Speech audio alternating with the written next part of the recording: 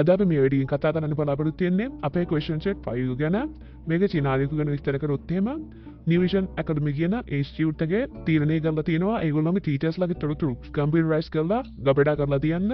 ඒ වගේම ඒකට තෝරාගෙන තියෙන්නේ Targu Software Solution කියන company එක. හිතන්න කියනවා අපි මේ software solution company එකේ senior software engineer කෙනෙක් විදිහට වැඩ කරනවා. ඒ වගේම අපේ team එකට බාර දීලා තියෙන්නේ database එක හදන වැඩි කියන එක. ඒ database එක හදන්න අදාළ instructions අපිට මේ විදිහට දීලා තියෙනවා. ඒකේ පළවෙනි ප්‍රශ්නේ අපිට කියලා තියෙනවා New Vision Academy කියන database එකක් හදන්න කියලා අපේ teachers ලාගේ තොරතුරු ස්ටෝර් කරන්න. ඒ වගේම දෙවෙනි එකෙන් කියනවා අපේ teacher table එක හදාගන්න කියලා වගේම අපිට මේ දීලා තියෙන data types lengths සහ column names එකට පාවිච්චි කරන්න කියලා. ඒ වගේම අන්තිම ප්‍රශ්නෙට ගියොත් එimhe මෙතනින් කියලා තියෙනවා අපි හදාගන්න table එකට මේ දීලා තියෙන data ටික add කරගන්න කියලා. ඒ වගේම විශේෂයෙන් කියලා තියෙනවා මේ data ඔක්කොම අපි queries පාවිච්චි කරලා තමයි add කරන්න ඕනේ කියන එක ගැන. මේ විදිහට තමයි අපිට අපේ instruction ටික බලා ගන්න හම්බෙන්නේ. අපි ඊළඟට අපේ HDSQL software එක open කරගෙන අපේ මේ instructions වලට අපේ database එක හදාගමු. මේ විදිහට මම අපේ HDSQL software open කරගත්තා. මෙතනින් ඉස්සෙල්ලාම අපිට කියලා තිබ්බේ New Vision Academy කියන database එක හදාගන්න කියලා. ඒකට මම විතර අපේ connection එක right click කරලා මෙතනින් අපේ database එක හදාගන්නවා.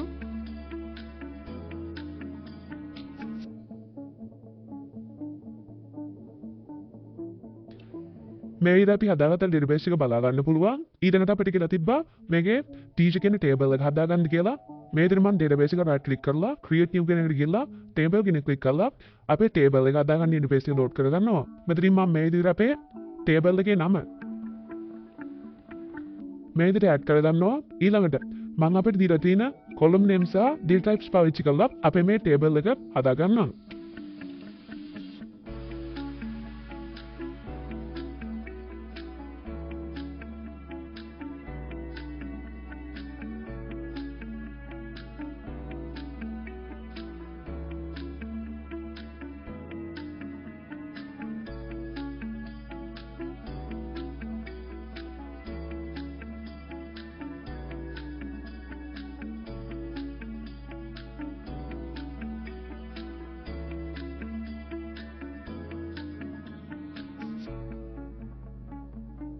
මේ විදිහට මම අපේ table එකට අදාළ columns ටික add කරගත්තා. ඒ වගේම මම අපේ teacher register now කියන එක right click කරලා ඒකේ primary key එක දී select කරගන්නවා. ඒ වගේම මේකේ default value එක no default value කියන එකත් select කරගන්නවා. ඊළඟට මම මේ table එකකට save කරගන්නවා. ඒ විදිහට save කරගත්තාම අපේ database එකට අපේ teacher table එක add වෙනවා බලා ගන්න පුළුවන්. ඒ විදිහට තමයි අපේ table එක අපි හදාගන්නේ. ඊළඟට අපේ තුන්වෙනි instruction එක විදිහට අපිට දීලා තිබ්බේ අපේ මේ table එකට අපිට දීලා තිබ්බ data ටික add කරගන්න කියලා queries පාවිච්චි කරලා. අපි ඊළඟට බලමු ඒක කොහොමද කරගන්නේ කියන එක ගැන. මේ විදිහට අපේ table කියන tab එකට එහා පැත්තට ගිහිල්ලා අපේ query කියන tab එක select කරගන්න ඕනේ. මේ query කියන tab එක select කරගත්තට පස්සේ අපිට මෙතන අපේ data එක add කරන්න හදන query එක type කරගත්තාම අපිට අපේ database එකට අපේ details එක add කරගන්න පුළුවන්. අපි table එකට data add කරන්න පාවිච්චි කරන්නේ insert කියන query වර්ගය. මේ insert කියන keyword එක පාවිච්චි කරලා තමයි අපි මේ insert queries පටන් ගන්නෙ. ඊළඟට අපි into කියන keyword එක පාවිච්චි කරලා අපේ table එක මෙතනින් specify කරන්න ඕනේ. මම මෙතනට data add කරගන්න teacher table එක නිසා මම මෙතන teacher කියන එක select කරනවා. ඊළඟට අපිට අපේ columns ටික මෙතනින් ඊළඟට declare කරගන්න පුළුවන්. නමුත් අපිට මේකෙදි හැම table එකකම data manually add කරගන්න තියෙන නිසා එහෙම කරගන්න අවශ්‍යතාවයක් සිද්ධ වෙන්නේ නැහැ. ඊට පස්සේ columns declare කරන්න නැති නිසා මම ඊළඟට කරගන්නේ අපේ values ටික add කරගන්න එක. ඒ values add කරන්න කලින් මේ විදිහට values කියන keyword එක පාවිච්චි කරන්න ඕනේ. ඊළඟට brackets ඇතුලේ මේ විදිහට අපේ details ටික add කරන්න අපිට පටන් ගන්න පුළුවන්. details add කරද්දී quotation marks ඇතුලේ තමයි අපේ detail එකක් add කරන්න ඕනේ. මේ විදිහට ඉස්සලාම අපේ column name එකේ තිබ්බේ අපේ teacher register now එක ඒකෙදි අපිට දීලා තිබ්බේ text 001 කියන එක. ඒක මම මේකෙදි මෙතෙන්ට add කරගන්නවා.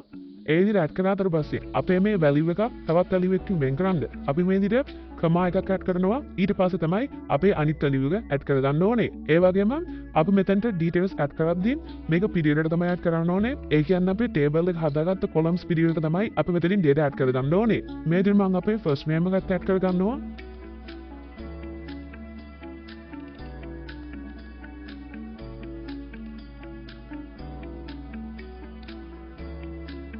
ඒ වගේම last name එකත් add කරගන්නවා.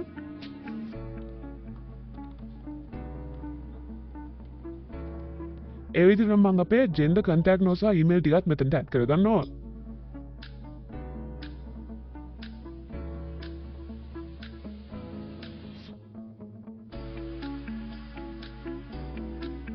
මේ විදිහට අපේ query එක ලියලා ඉවරනට පස්සේ අපේ මේ query එක ඉවරයි කියලා පෙන්නන්න අපි උදෙනී semicolon එකක් පාවිච්චි කරන්න ඕනේ. ඊළඟට මම මේක මේ විදිහට right click කරලා run කියන එක click කරගෙන run කරගන්නවා. ඒ විදිහට run කියන එක click කරලා run කරගත්තාම අපිට අපේ data කියන එකට ගිහිල්ලා අපේ මේ table එකට අපි දැන් යන් කරගත්ත details ටික මේ විදිහට add වෙලා තියෙනවා බලා ගන්න පුළුවන්. මේ විදිහට තමයි අපි insert query එකක් පාවිච්චි කරලා අපේ table එකට data add කරගන්නේ. අපි ඊළඟට අපේ අනෙක් details ටිකත් මේ විදිහටම queries ලියාගෙන මෙතෙන්ට add කරගමු. අපිට මේ වගේ details ගොඩක් add කරද්දී එක query එක ලියලා ඉන්න ඕනේ නෑ. අපිට queries ඔක්කොම ටික එකපාරට ලියගෙන ඒකේ data ටික add කරගන්න පුළුවන්. මම ඊළඟට ඒ විදිහට තමයි අපේ table එකට data ටික add කරගන්න යන්නේ. අපි ඊළඟට අපේ ඊතුරු columns 9ට අදාළ queries ටික මෙතන අපි ලියාගමු.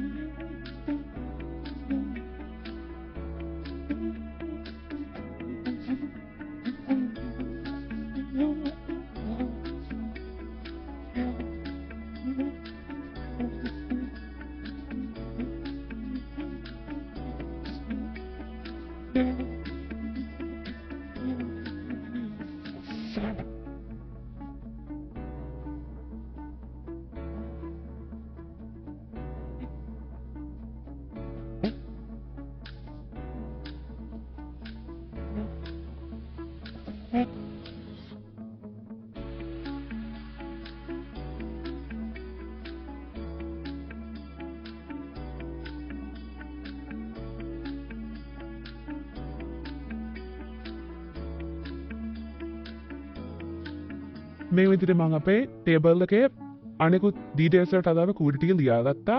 ඊළඟට අපිට තියෙන්නේ මෙතන right click කරගෙන මේකත් run කරගන්න එක. මේ විදිහට run කරගත්තාම අපිට අපේ details ටික add වෙලා දීලා බලා ගන්න පුළුවන්. අපි මෙතන data කියන tab එකට ගියාට පස්සේ අපිට මේක මේ විදිහට refresh කරගන්න පුළුවන්. මෙහෙම refresh කරගත්තාම අපිට අපේ දැන් add කරගත්ත details ඔක්කොම ටික මෙතෙන්ට add වෙලා දෙනවා බලා ගන්න පුළුවන්. අපේ table එකේ rows 10ක් තිබ්බා. මේ විදිහට අපේ මේ table එකේ rows 10ක් තියෙනවා. ඒ විදිහට තමයි අපි insert query එකක් පාවිච්චි කරලා table එකට data ටික add කරගන්නේ. ඒ වගේම මේ විදිහට තමයි අපේ තුන්වෙනි question එකේ තිබ්බ විදිහට අපේ details ටික add කරගත්තේ. මේ විදිහට තමයි අපේ question set 5 එකට අදාළ instructions අනුව අපි අපේ database එක හදාගත්තේ. අපි question set 6 එකත් එක්ක ඊළඟ වීඩියෝේ හම්බෙමු.